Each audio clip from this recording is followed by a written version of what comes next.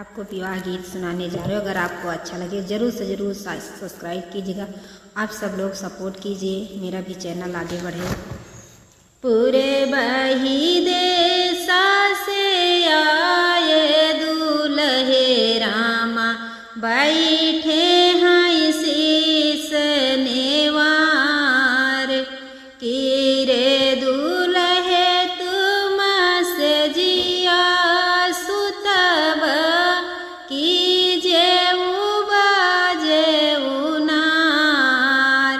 नहीं मोरे सासुरे से जिया सुतबई, नहीं जेऊ बई जेऊ नार रे। तुम्हारे घर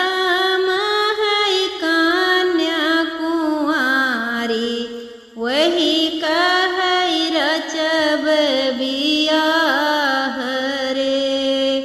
नाही सीख नाम रे उरदार, नाम रे चौरा, नाम मटिया भर तेल रे।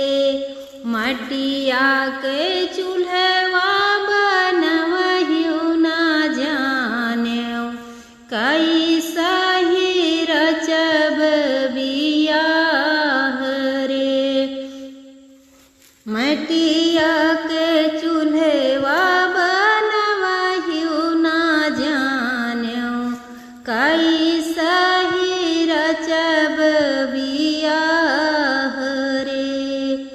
उरदा हम दियबै चौरा, हमें दियबै मटिया भरि तेल रे।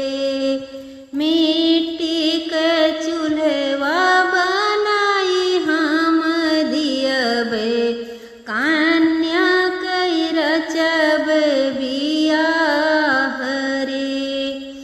पूरे बही देशा से आए दूल्हे रामा, बाई